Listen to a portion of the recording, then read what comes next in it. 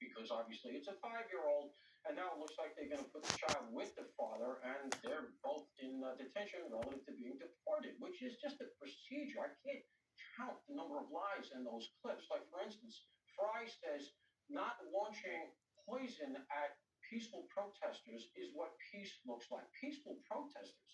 They're shooting fireworks. They're throwing ice balls. They're blocking the streets. I don't know what city it is he's governing. Look, let's run down the chain here real quick relative to this canard. That's obviously the word bait was put out, right? That's the word they all got to go with now. The child was bait, and that has become the narrative.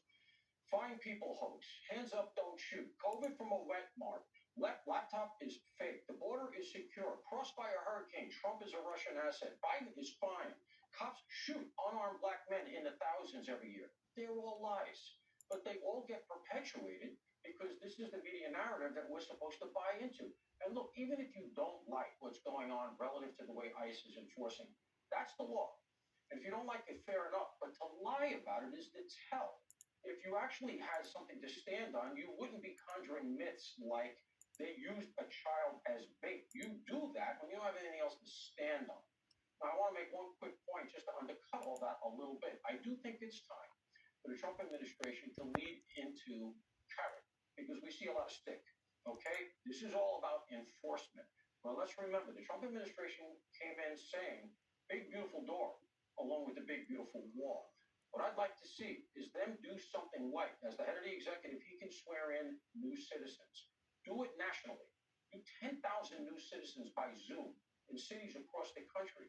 Because you got to show it's not all stick. We want legal migrants.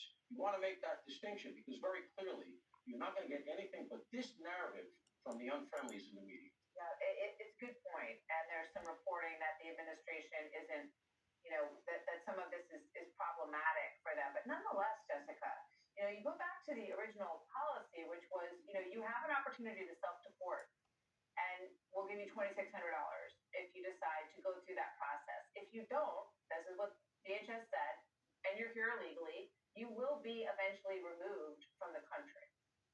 Sure, and a lot of people have taken